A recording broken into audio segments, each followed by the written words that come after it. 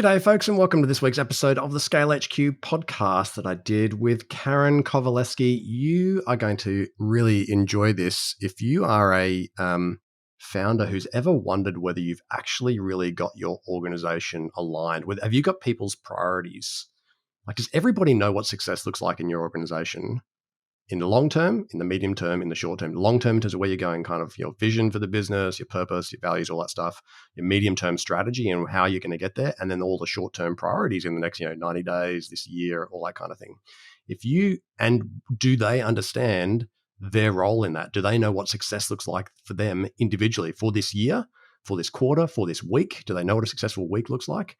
Unless you can answer yes to all of those, you don't have full alignment in your organization. And that is an issue if you are scaling into 8 figures and beyond, because as you get further away from the front and you can't manage everybody's priorities, you're going to have a whole bunch of people focusing on things. You're going to be paying them to do stuff that's actually not supporting your strategy, your priorities, or your long-term vision and future for the business and your ambitions. So today is all about alignment, and Karen's got lots of broad experience. She's done lots of M&A. She's been a CEO. She's been a vice president. She's done all the jobs. Kind of similar kind of career to like me. 20 years of doing all the stuff and then getting to CEO. And she's learned a lot about what it takes to create alignment. And she's got a really nice, simple 5-step model that's going to explain to you if you need to create alignment in your organization before you put more pressure on it. These are the steps to walk yourself through. So I think you're going to really, it's a very practical episode. We share a lot of laughs. It's really fun. And I really hope you enjoy it. And I will see you again next week after you've listened to this one. Welcome to the ScaleHQ podcast, your weekly injection of tips and insights into the secrets of scaling. I'm your host, Sean Steele, and I am obsessed with figuring out how to help founders just like you who are creating real value in the world to scale up so they can fulfill their potential. I do that each week by interviewing founders who successfully scaled, experts in all the areas of business that you need to master, interviews with founders who are still on the way up, and 10-minute tutorials and reflections from me based on my experiences in creating $100 million in revenue for 4 other companies over 8 years. So let's dive in and see what gems we can find together on this week's episode of the ScaleHQ podcast. G'day, everybody, and welcome back to the ScaleHQ podcast. Welcome back to our regular listeners and to anybody joining us for the first time. We are thrilled to have you. My guest this week is Karen Kovaleski. Karen, now a management consultant. It looks like from the last sort of 12 months or so, after 20 successful years in leading startups and growth stage companies in digital and tech, you've led. And what I love about your background is you've done all the hard yards in the same ways I kind of grew to see. You've Yeah. done sales, you've done marketing, you've done HR, you've done operations, you've done all the stuff. You've designed customer journeys. You've been, everything from, VP, operations, vice president, CEO, and all the way from startups to companies more than 100 mil. So lots of diversity. I'm stoked to get some time with you today. How are you? Thank you. Well, I am thrilled to be here and be able to chat with you. I have that crazy background that so many of us get to have, which is so fortunate because we learn with our hands and by getting in there and doing the work, and then hopefully being able to translate that over time into new industries and new methodologies and new technologies that probably weren't there when I started and are there now. Yeah, but we had some great learning and we understand how the business. But yeah, I've done a lot of different things in a lot of different industries, and I've been very fortunate with that, and it's been great. Well, my kids are now 18 and 15, and they laugh that my first sales jobs were in directories where people used to still get the yellow pages. I'm like, yeah, these like huge books get delivered to everybody, and you'd look for a phone number, and they're like, what? Why did you do that? My first advertising job, we used to call on the phone and talk in the words that were going to go in your ads in the paper on the weekend. Yes, I just dated myself very good there. Do you know what? Actually, we bought a business that did that. So I'm with you and I'm all over it. The previous sales job to that, I was in a warehouse in like this industrial area, and it was literally like boiler room style, like 25 desks with just a phone and a white pages, which was just, the director was like, okay, call people. We're going to invite them to a seminar, and that's what you're going to do all night long for days and days. That's what they called cold calling, right? A good old fashioned cold calling. That was the beginning of the days. Yeah. So we've been in the trenches. We've been in the trenches in different places, but definitely been in the trenches. Yeah. Well, I guess a bit of context for our conversation today for the audience before we just ramble on was we were introduced by a colleague of both of ours, Sean Flynn, who runs the Silicon Valley podcast. And I believe, so you've done your interview with Sean, but it may not have been published yet. Okay, I don't think it's not quite published. Yeah. We just did it recently. I can't wait to hear that. Yeah. It'll be fun. And It was fun. one of the things that Sean mentioned to me was that he said, "Hey, Sean, you got to chat to Karen." He goes, "You're absolutely going to love Karen." And I was looking at your background, and I could see that you're really big, from your experience on organizational alignment. Yes. And I am too. And I'm so excited to have this Mm-hmm. conversation with you because I saw this when I was kind of researching. I saw this thing in your LinkedIn profile, this statement about the challenge of alignment. I just want to read it out because I think it's really important for people for the Okay. context for today. You Sure. said, companies often struggle to connect the dots between the corporate mission, sales, product delivery, and customers' goals. M&A, rapid growth, and other disruptive processes typically amplify Mm-hmm. misalignment. And then when they're not addressed, that leads to missed opportunities for revenue, for employee engagement, for customer satisfaction.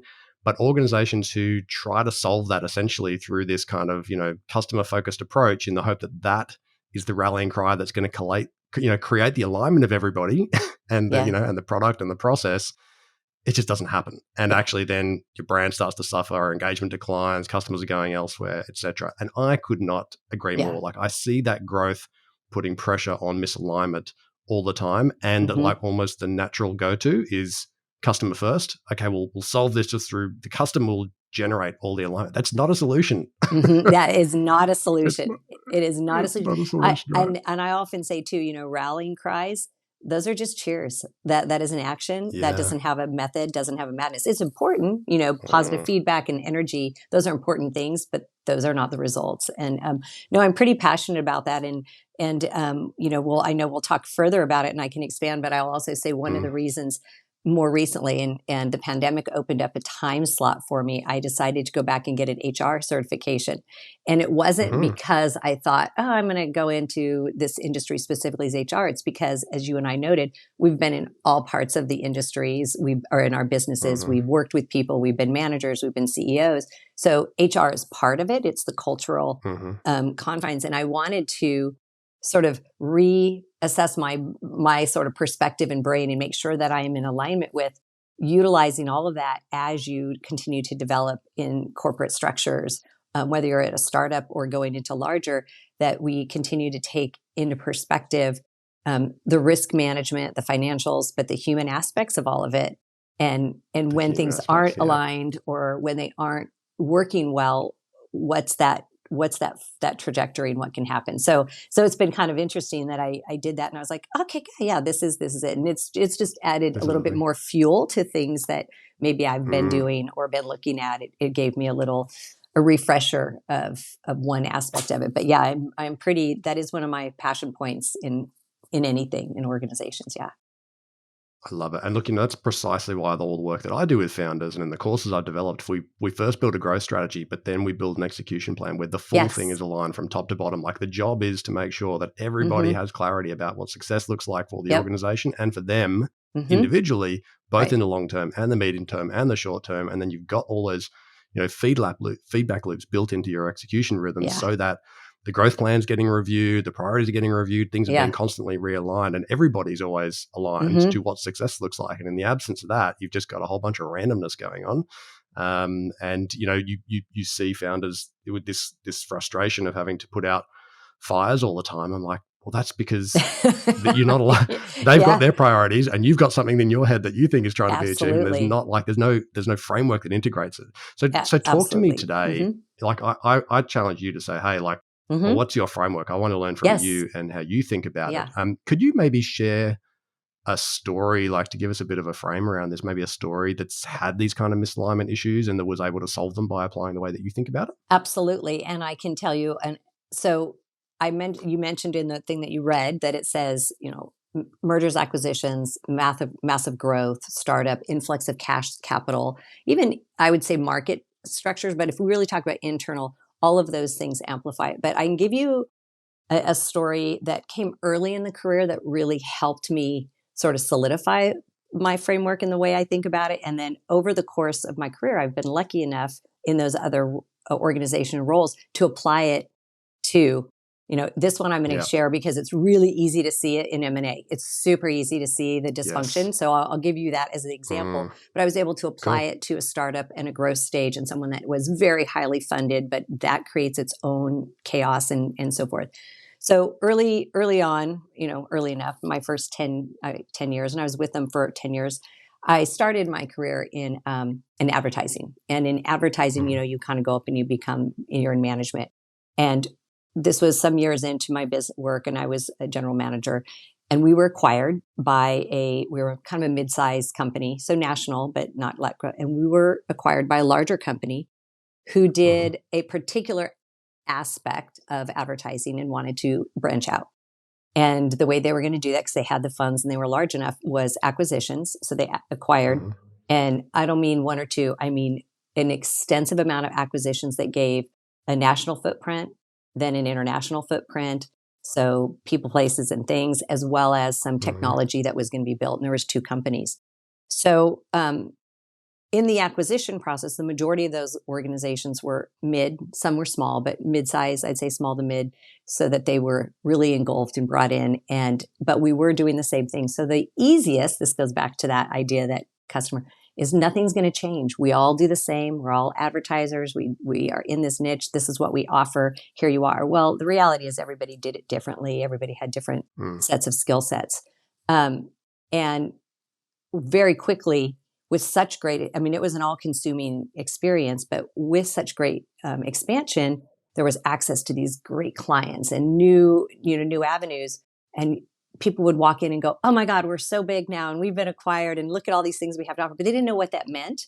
They didn't know how to execute on it. So you had salespeople rushing outside. You had existing client folks who were managing day-to-day clients, and the clients going, "Oh, your name changed, and I write checks differently. Like, what does that mean to me? What do I get?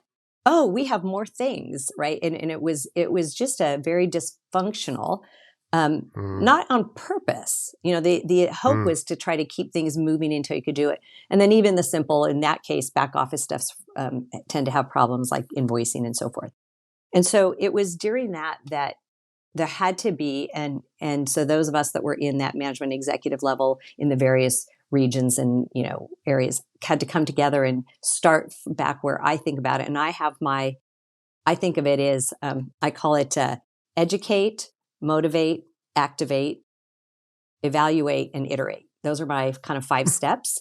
And Cool. and I don't think I had the words to that back then, but it was the process. And we had to sit back and start with the educating of right down to, then I'll share more about those individuals, but it starts with who and what are we today? Not where we were, not what we were, not what they were, but now we're this new entity. And what does that mean? What is, and not to make it fluff, but what is the mission and the vision and the values, and sort of like who, what, why, where, and then start at that point and kind of apply it out. So really, it gave me such an extreme example, and it's an extreme real case. I mean, we worked on that. And then over the course of my next how many years, I could apply that same sort of methodical step. And you can do it in departments. You can do it for an organization.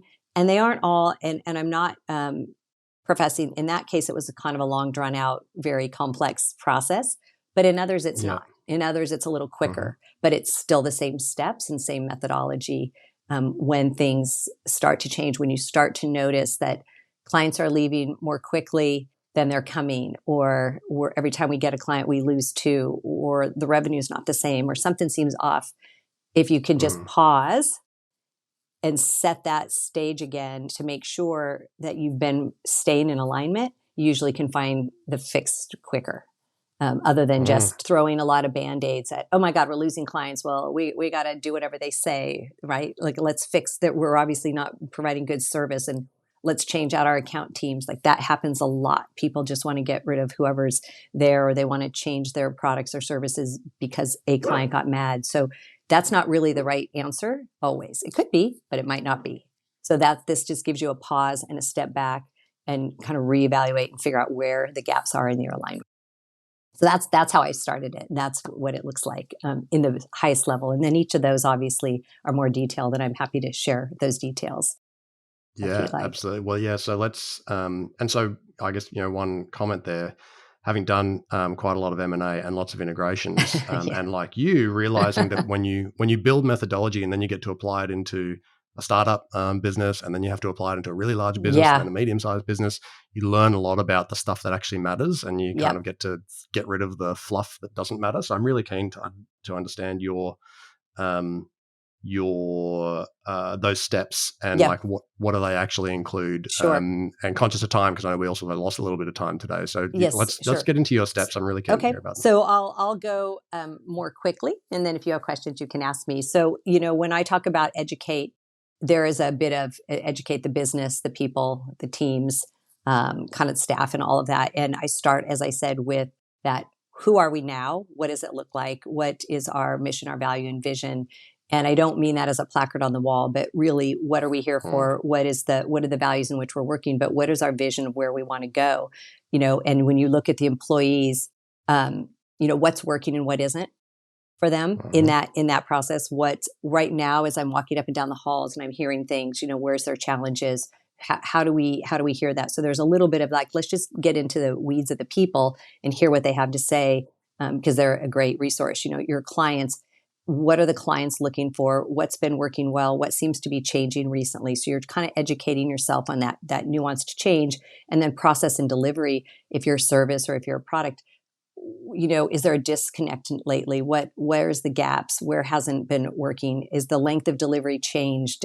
And this change is obviously a B2B or a B2C client, but are we losing out on upsell opportunities? Are we taking too long to implement? What does that look like? And so just a very quick kind of your employees, your clients, and your processes, products and products. Like what sounds like I guess a reality check, right? It's yeah, like, that's it. okay, let's like, just where are we right regroup now? on where are we right now. Yeah. Okay. Forget what we think we used to be so good. Your people, I used to be able to touch my toes. I can't anymore. Yeah, we get it. But today you can't. So kind of a regroup. And then in that process, it is the clarifying of the brand and the mission. Like, okay, so now we know where we are. What was it that our brand is about? What is it that we're attempting to do? What is our goal? Where do we see our trajectory? What is it that we want in that case? Like, why do we exist? Where is our intentions? And I even say, depending where you are, you do another SWOT analysis, right? Who are the competitors now? Did something change? What's the marketplace look like? Was there an influx within? Because, outside in forces. So that's kind of the educated. It's a quick, and again, I'm not suggesting this is a 6-month process. I'm talking like, let's get down and dirty and get this done. And then it sounds to me like it's a scan and a communicate. Like exactly. It's okay. That's a great way of saying it. Let's get a let's Full scan body everything that's scan. going Yep, on. Look full at the body look at the look at the external environment. What's happening with customers? What's happening in our market? What's happening with competitors? Let's look at internally with us. What's happening with our team? What's changed maybe since before? And also, you're saying, let's get clarity on where it is that we actually want to go. So we're not yet talking about the strategy in terms of how we're going to get there, but we're talking about why we're here and actually what our vision of the future is. We've got that starting point before we do anything else. Yeah, that's right. Because if you don't have the starting point, then visions and a lot of this is, people are tracking all the time, tracking numbers. It's just like, what do you do with those numbers, or what do you do? So some of this is numbers, and some of this is, like I said, walking the halls and talking and getting to people.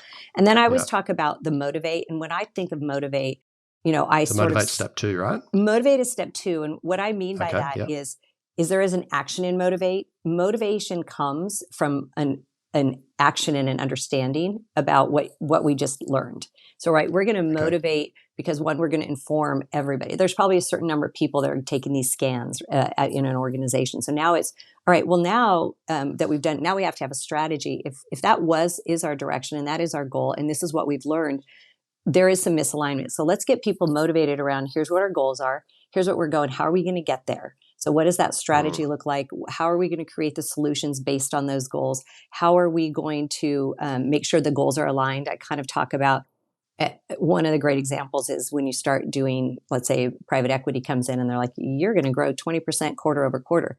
That's high level, but that has to align all the way down in that my salesperson knows their goals, but the finance people and the people that send invoices, your goal is to get them out, get them quickly, get it paid, make sure we get returns so that we don't have gaps. And then you hit your numbers and you're not forcing, the income's coming in when it's supposed to. There's lots of things that support so that every goal, even if it doesn't look like it's a revenue-based goal, is supporting a 20% like growth. So we talk about goals. So that motivate is like, here's what we've decided. Here now we're going to make out the plan. We're going to do our strategies. We're going to ensure our solutions are aligned. We're going to set out our goals. We're going to verify how we're going to kind of communicate out to the market. We've kind of figured those things out. And then we're going to figure out the flow of the process to get there. And everybody's going to be on board because now we're all motivated because we understand what the purpose and the possession is. So that's step number 2. So motivate, in my mind, is a different than what a lot of people think in terms of motivate. Motivate is motivate the movement. And so just to recap on that, what I'm hearing is, in stage 1 where you're going, here's where we're at now and here's where we want to go. So we're kind of setting up the framework for movement, but we haven't actually talked about yet what movement looks like or how we're going to get there. In step 2, you're saying, all right, in this part, we actually figure out the strategy, like what are we actually going to do and how do we make sure that all the goals of all parts of the organization are aligned to fulfill that ambition and that direction that we set up, so that it creates that sense of, okay, not only do we know where we are, we know where we're going, and we've now agreed how we're going to get there and what our priorities are as a team. So that's the motivate that creates the sense of what we're going to move towards. Okay, that's great. And then what's the third step? And that motivates people because and then the third step is action. And and so it's now we have to actually execute, because yay for all the other stuff, but if you don't execute, it doesn't mean anything. I'm kind of always like, so this is the part where now we've set up our goals, we've set up the communications plan. So it's a kind of a balance between the revenue generation, the revenue management, and your processes. Like, how do you start to do it? But you're really telling people to now go out and do it. You've got your plan, you've got your KPIs, you've got it. We need to do it. So you've got your teams that are leading it. You've got goal execution, you've got internal management execution, you have operations, and within that, how are you monitoring it so that you can then do the evaluation? But that's really what execute is it's actually doing it, making sure that it's happened, and right down into, as I say, branding and clarity. Brand is really important. So back when you were doing your strategy, you were also talking about how you're going to externally communicate this as well as internally communicate.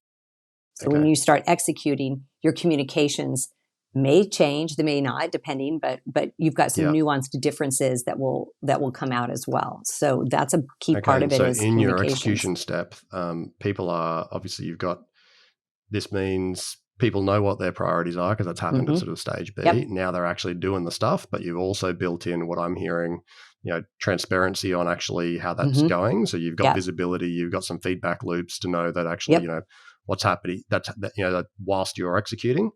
You're also communicating, that might be constant internal communication about how that's going, but also external communication. You might have, to your point, your strategy may have, your vision may have changed, your strategy may now be different. How are you communicating with your customers about who you are now, or what that means for them? Or exactly, decks may have changed. All those kinds of things may have changed. And then when you go into evaluate, you can imagine, right? There's the internal and the external evaluations. So how we hit the numbers, but more. If you have new business coming in, what does it look like? Does it look like what it used to? Are they changed? Does that make up difference when the sales didn't come in? So really evaluating against the KPI, but getting a little bit more granular in terms of, did anything miss the mark?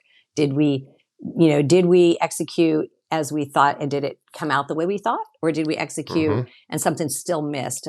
We thought that it would resonate with this size company and these number of people, and this is the way it would go. And actually, we're finding that where we sold it was here instead. And so when that change happens, it happened in maybe the sales group, and now your account management, though, is going to have an iteration on it, right? Because that will impact them, which then then impacts the way possibly your invoicing is going and your communication. So there is that point, comes very quickly after the evaluation, of recommunicating and iterating based on how you've evaluated those results. So it's the evaluation, but remember that many times evaluation is going on, but it's going on in its division. And the only way it's communicated is in some meeting once a week where everyone spews off very quick KPIs. But nobody, then they walk out of the room and go, oh, we didn't hit our number. We did hit our number. And that's about it. So this is more, This is making sure, what I'm hearing is, your evaluate. So whilst you've, in step 3, you've got everybody executing and you're gathering, you've got transparency on the data, but in stage 4, it's about how you actually think about what is going on and what does it mean for the whole organization, not just for that team or that division or that area. It's how do you make sure that those are flowing back and someone's looking at all of those things as a pattern and going, okay, do we need to make new sense of this? Because to your point, one part's going well, one part's now going really poorly. What does that mean? Does that mean anything new for priorities, for how we communicate? Is it actually isolated to that team, or is it actually something that's going to create downstream? How do you flow that information back up to leaders that can do something about it? Yep, you got it. And you said it even better. And I will say, and I didn't mention in here, that a big part of this too is I think I mentioned skill gaps too, right? When you start to evaluate these, it doesn't Mm, always mean that anybody is good, bad, or indifferent. It's just that, do we have a skill gap? Is it something we can train? So sometimes when this happens, especially if you've had to change, if you've had to I was at an organization where we changed a business model. And candidly, there was a big group of people that weren't aligned with the new business model, and they weren't going to be. It was a completely different function mm, and the way that they were going to have to sell and speak to it. And some were interested to learn it, and some were like, this is not my thing. So yeah. skill evaluation, skill set comes out of this as well. And then, as I said, then Mm. you iterate. So once you've done that, the last step is iterate. It's Is what there, okay. and iterate can mean very little. It can mean, great, let's do it again, we're on track. Or it could mean, Mm-hmm. here's some small nuances that are changing. But I think on a quick, you could take these steps on a very high level very often, right? Or pull them out. Mm, But I find that it's critical when there are major changes, and it's yeah. important and critical at certain milestones regardless, right? You should do a check-in, just like we have annual checkups with our doctors, right? Supposedly we should have these checkups with our organization, because things do change, our markets change, our needs. I mean, look, pandemic threw everybody upside down. I think that taught us even more so. Those of us in the businesses we've been in with startups and so forth maybe saw it more often, but I think these last years have really brought it to light to anybody that, Mm, a lot changes, and then how do you flex your time? So that's really I love this. as I said, that's really where, and it started with something where you couldn't miss it when you're doing massive Mm, integration. Like, you can't miss the disconnects there. It's so there, but you really notice it as you start to work in all kinds of organizations. Not intentionally, it is an evolution that happens. Now, what if I told you that with just 15 minutes of effort, you could find out the top 3 things that are going to hold your business back from scaling in a sustainable way so that you can fulfill its potential and you can enjoy it as much as you deserve to? And what if I told you in that same 15 minutes of effort, you can find out how your business stacks up against thousands of other businesses who've taken the same test so you can actually see how you compare? If that sounds interesting, you need to head straight over to scalehq.com.au/growth score. You're going to complete a short survey and you're going to get back in your inbox a free 9-page report that's going to show you how you stack up versus your peers and where you need to focus to unlock scalability and a greater level of enjoyment in your business. And for a limited time, I'm going to offer you a free 30-minute debrief on the report with myself or one of our ScaleHQ founder mentors who are all experienced CEOs and have scaled successfully. We'll unpack your specific report with you. We've done hundreds of these, and so we know exactly how to help you get the most out of the insights in there. There's no selling from us, just lots of value for you. Head over to scalehq.com.au/growth score and get your free growth score report right now. You are going to love it. So Is it fair to say, so let's do a quick recap. So yeah, sure. the first one is educate, and that's really about getting a current state of play. Like, you've just gone through a change, or you're about to go through a major change, or your market's changed, or something major's changed, and go, okay, I actually need to get everybody back on the same page about where we're at right now and where it is that we're trying to go. In stage 2, you are the motivate stage is about actually setting up the plan and the priorities and the strategy and what are we going to move towards and how do we get everybody aligned to that so everybody knows what the big priorities are. In step 3, they are executing, so they're going out and they're doing the thing. In step 4, you are evaluating basically how that's going, and you're trying to make sense of it, not only within sort of teams or divisions or functions, but as a whole organization. And what does that mean to? And that might, what does it mean to the priorities? What does it mean to communication? What does it mean to any part of it? And then finally, it's the iteration. And so that is, where do we need to make changes, and actually making those changes to communication or priorities or team members or skill sets or whatever needs to change to ensure you stay on track. That's it. So, yeah. And I love that because that's a really nice way of articulating. It's a really nice way of articulating in a really simple form. And people can go, well, that just sounds really simple and kind of it does. obvious. Yeah, it should be simple and obvious, but it's never simple and obvious if you haven't done it before. Right. And you've grown up in an organization where you've never been part of somebody who's done that well. And so you may not know actually how important it is. And so you're building your business, you've built it from small, and you're just good at doing the stuff and getting the stuff done. And all of a sudden there's a major change. You've had no leadership development. You're a founder of a, I know, the 30-person business now, or 50 or 100.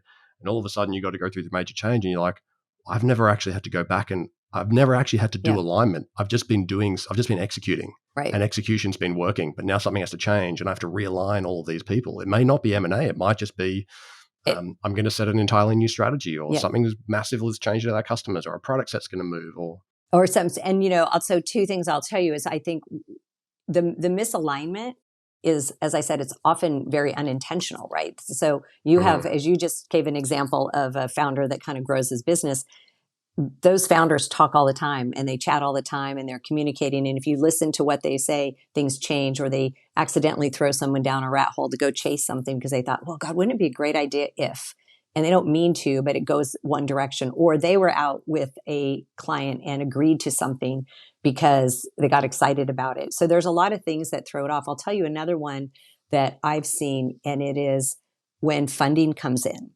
And, if you've ever been involved with, which I know you have, but involved with fundraising, there's obviously lots going out about where the money is going to go. But when funding comes in and it's either more than you expected, or you are a well-funded startup, what can happen really easily is those dollars get thrown against, the good old spaghetti against the wall and see what sticks. It's just habit, right? You have funds now to do the things you didn't get to do. And that's another area where it's very quick and very easy to get off track and to misalign, again, not intentionally. You're actually are trying to solve everybody's problems, but you've lost the focus because, and it doesn't mean that you've spent the money too much. It's just that it's very easy to sort of redirect your energies because now you have the ability to. That's another time where I say it's always really important to just do a sanity check and make sure that things are still in alignment. And if it's not, as they say, parking lot it and maybe relook at it when that time is right. The interesting thing about this, Karen, is that you can do this rhythmically, right? Yeah. Which I'm sure as you developed your methodology, you found a way to build this into a rhythm. Like I as a CEO, just it's in my DNA to not like randomness. I don't like randomness. I'm very structured. I'm very organized. I'm very ordered. So I don't deal well with constant uncertainty and stuff that's changing all the time and just putting effort. I just can't operate that way. And so these structures helped me. Number one, having a StratX, which was essentially to your is probably the first two components of your 5 steps. It's like the clarity on the long-term, the medium-term strategy, and the short-term priorities. So that actually in literally in one kind of A3 page or one desktop background, everybody's got absolute 100% clarity about where we're going, how we're going to get there, and what the priorities are. So that's on one page. Everybody gets it. Yeah. And then, but to your point, that's just the start. Great. You can communicate that to everyone. You can get people motivated around it. It's like, good, we know where we're going. Of course, all the magic is in the execution. It's wonderful to have that plan. But the magic and the difficulty and the hard part, of course, is actually then executing on the plan, having all the feedback loops built in so that you know what's going on, and then knowing what to do about them as you go. And then if the plan's not working or it needs to be changed, we'd always review that strategy on an annual basis. Maybe not like redo the entire strategy, but update it and iterate it. And every 90 days, you're looking at what's going on and do we need to change the priorities? But having that in a system allows you to feel confident that you've got a model that it's almost like you can update the inputs at the top of it and it all flows back through the model so that you get everybody aligned again if anything's going off track. And I really valued as a CEO feeling comfortable that in multiple entities that I knew that everybody was following that structure. And so if anything was happening in those entities that was creating misalignment, we had a process to capture it, feed it back in, make the changes, realign everybody, and keep moving. I think that's the thing that really takes a lot of pressure off the CEO, having to watch everything, because it's like,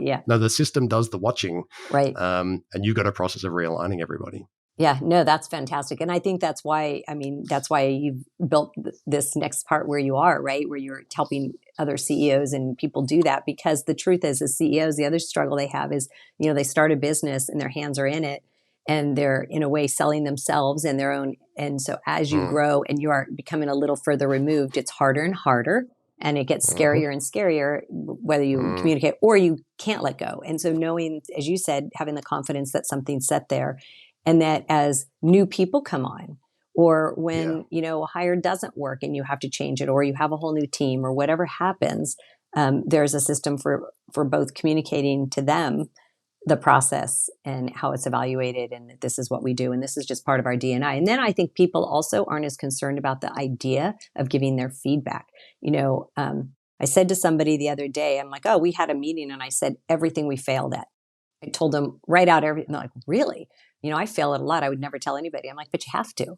So I think that's the other thing that's important when you're in these. This isn't about failure. This is about evaluating, monitoring, and iterating. And if you let people know, especially in a workplace environment, that that's part of what we do, it also creates an environment where you aren't.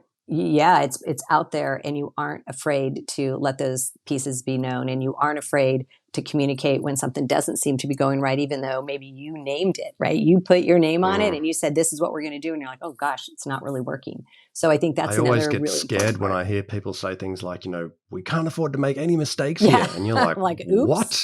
Do not say that to anybody. What do you think they're going to do? They're going to shrink into the safest, most conservative, most risk-free situation. That's behavior, no one's going to be going out on a limb to delight a customer or something. They're going to play it super safe. And then therefore all of the onus is now back on you to absolutely design the perfect thing every time, because you've got a bunch of order takers in your organization and no one's thinking for themselves because they're scared of you. That's you can't do that. And collaboration goes away too, because if you're afraid to make a mistake, nobody wants to speak up or collaborate or do anything, because they're like, oh my God, what if that messes up? So it's a really tough. So I think that's the other piece about what you've set up and what you're talking about in your organizations and when you're working with other businesses, is that it's got to be part of the DNA. So everybody's comfortable with it, and that people aren't afraid. And then you just have such better outcomes. I come from old school. We used words like brainstorming and collaboration, and it was okay to say that. And that, these days I'm like, what's the new words for those? I don't know, but I said brainstorming one day, and someone they thought I was a dinosaur. And I was like, what? Isn't that where y'all get around? Really? Oh, no. Oh, yeah, it was hilarious. I didn't know that, but now I know that I'm a dinosaur. Now don't say it in certain environments. Don't say it. ChatGPT, what's the new word for brainstorming? That's really there cool. You go. Okay. Perfect. Exactly. It's a good idea. I'm going to do that when we get off. I'm going to go find out what it is.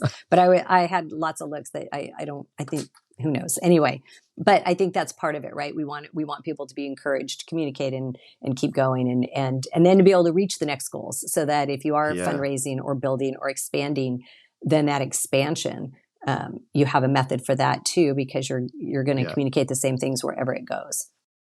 So Karen, what have you actually, a practical example of that, which I think was something that we learned over time. We didn't have this right in the first few acquisitions, but we learned in the later ones, was we actually quite quickly put together just a one-page summary on what the strategy was going to be for the combined organization, that we would constantly actually iterate and come back to and share with the new teams. Because to your point, if people don't feel like this organization is going to be better, I don't know what the combination of these two organizations is going to look like, but if I feel like we are valued, if you're the acquiree, you're feeling pretty nervous because somebody else is making all the calls. If you can't see how we get better together and what the new model looks like, it's quite disconcerting. One of the questions I had for you though was, what do you see CEOs struggle with the most in these 5 stages? Where do you think the kind of the most difficult points are from your perspective?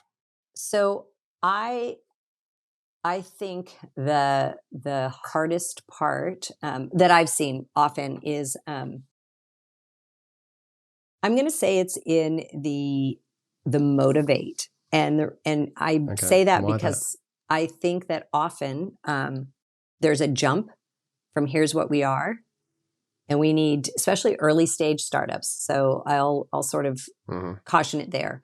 When you're looking at an early stage startup, they've decided who, what, where they are, what they want to be. They've been talking about it forever. They've been working on it. They sit and it's just ingrained in them. And in fact, they're the best. Listen to them talk, and you're like, oh, okay, I get it. And then they jump to, because we need to get revenue in. We need to get revenue in order to get investors, or we need to get revenue because we're going to do it bootstrap or whatever it might be. So you jump.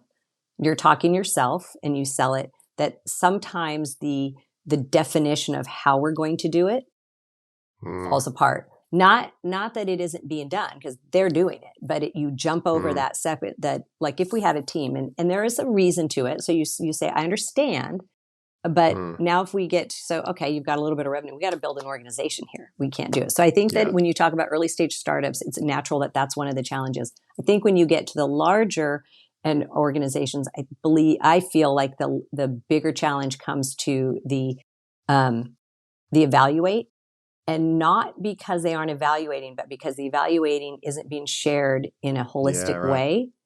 Again, I go back, you heard, I had a flip comment that everyone sits in a meeting and you have the head of sales say this and you have this and everybody gets it and goes, oh, and then they complain Mm. about sales didn't hit their numbers or this, or, however that conversation may or may not go, or everything is phenomenal. Everything's great. We all move out and pat ourselves on the back. There's like one of these two things, and there's probably lots of side conversations. And I'm not saying things aren't happening, but to really go back and to dig and to start, to kind of start back at the top when things go a little bit wrong or something that doesn't come out the way you expected, Yeah. and better or worse, right? If something's taking off, it's like, wow, how do we put more fire to this? Like, geez, this is great. Like I thought it was gonna be good, but I didn't think it was gonna be that good. Let's figure out how to put a fire. So I feel like Yeah. as you grow, it's that piece that lets you do your iteration in a more methodical way. That's the piece. Doesn't mean they're not tracking. Doesn't mean the data's not coming in. Doesn't mean people aren't managing it, but they're not putting it So a together as couple a of comments holistic there. and syncing it. When I think about your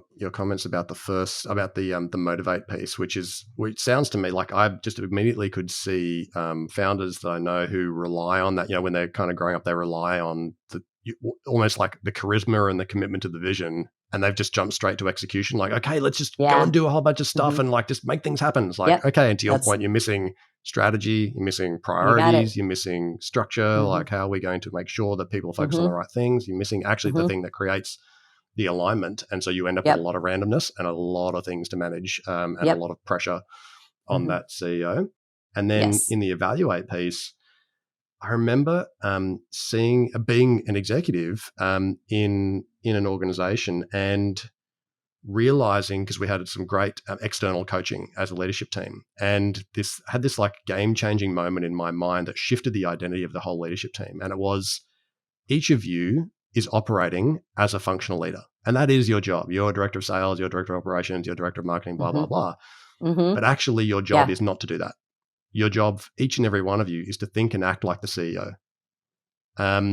And that means in a leadership meeting, when That's to your great, point, your job is not to come and go, I'm just here to report on my stuff and this is how I'm going and this is what's happening in my business. And then like everybody's just taking their turn, and it's the CEO's job to think about what's happening. And it's all of your job to be sitting in a room as if you are now 7 CEOs, including the CEO, thinking about what do all these pieces mean together. And that to your point, together, when you've got some leaders in your business, and lots of the people in this who listen to this podcast are somewhere between kind of 1 and 20 mil. And so, by the time they're getting to, maybe like 5, 6, 7, up to, 15, they're hiring managers, they're hiring managers or they're hiring leaders.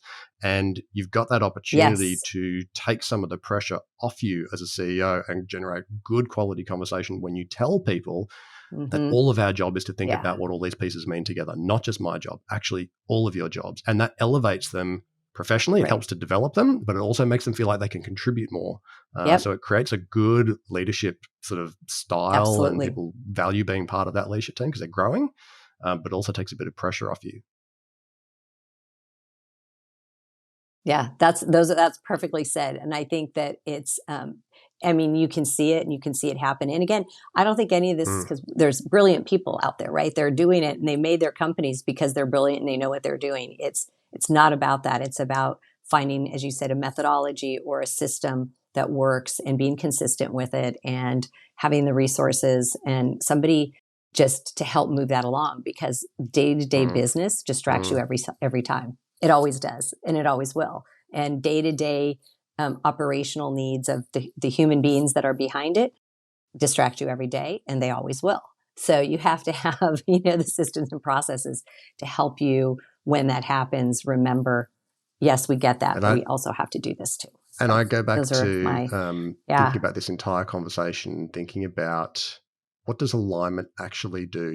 It ensures if you can't put your hand on your heart and say every single person in this business knows what long-term, medium-term, and short-term success looks like for like what does actually success look like for the organization, but also for the individual, then you do not have alignment. Like if those two things aren't in place, then you do not have alignment, and you are going to be dealing with misalignment. And to your point right in your LinkedIn is, if you don't have that and you put pressure on the business, you are going to create chasms and cracks and problems, and it just gets more complicated to solve until you actually go back through those steps sequentially and go back to number one and start with the reassessment. And then, it's really, it's so fabulous. Karen, can I ask you, and I'm conscious of our time, we're going to need to wrap up. What's next for Karen Kovaleski? What are you kind of doing with your next stage, your next chapter? Where are you taking yourself? Yeah, my next stage.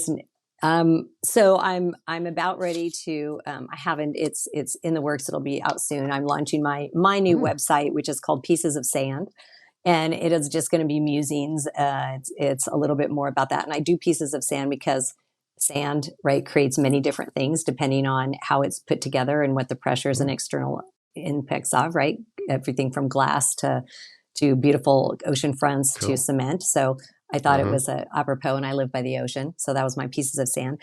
But I'm going to continue, to work supporting some different businesses as they need them, and hopefully help them grow and aspire and get to where they're looking to go. And so, and how that looks. It looks a variety of different ways, from some of my consulting and contract jobs to some other stuff. So I'll continue to do this and take it into, I don't know, hopefully for a long time. Well, you've been moving, super generous with your time, and I really appreciate the clarity you're able to bring to your thinking. And I think that's a really nice, simple process for people to do. So if you're listening to this podcast today and you're thinking, you know what? Thank you. I'm just not 100% sure that everybody is on the same page as where I'm thinking, and I'm seeing cracks evolve. This is a great opportunity for you to step back and actually take yourself through those 5 steps and take your organization through that process. And you can do it. If you haven't done it before, that's cool. This is a leadership development opportunity for you and a personal growth opportunity for you as a founder. And if you need help, you got people like Karen or myself or whatever, you feel free to reach out. And this stuff takes... just for the avoidance of doubt, this level of clarity and simplicity comes from people like Karen, who've actually had to do this time and time again and make all the mistakes over 20 years. So I really acknowledge that the simplicity takes time to craft through experience, Karen. So thank you for sharing your wisdom with us. If people want to get in touch with you or follow along with what you're doing, where would you direct them to? Yeah, so I think originally I meant LinkedIn is probably the easiest and quickest right now, and soon you'll be able to get me through the website. But for right now, LinkedIn's probably easiest, and it's Karen Traversi Kovaleski. Wonderful. Karen, thank you so much for your time today. I really appreciate it, guys. Go and connect with Karen on LinkedIn. You can find the full transcript on the ScaleHQ website. You can find it on YouTube. You get the video version or the audio version on Spotify, Apple, blah, blah, blah, usual stuff, wherever you like. So thank you very much. I've really enjoyed the conversation today, Karen, and I look forward to staying connected. Yes. Thank you for having me. Awesome. Yeah, thank you. It was a ton of fun. All right. I'll talk to you soon. Bye. The team here at ScaleHQ hope you've enjoyed today's episode. Now, if you want to achieve scale, but you want to know what's going to hold you back, we can help. Head over to scalehq.com.au/growth score to get your free 9-page growth score report. That's going to help you understand where your top 3 barriers are to scale. And if you'd like, we'll even do a free debrief on the report for you with no obligations or expectations, just lots of value from some CEOs who've scaled to help you on your journey. That's scalehq.com.au/growth score and find out what's holding you back from fulfilling the potential of your business today.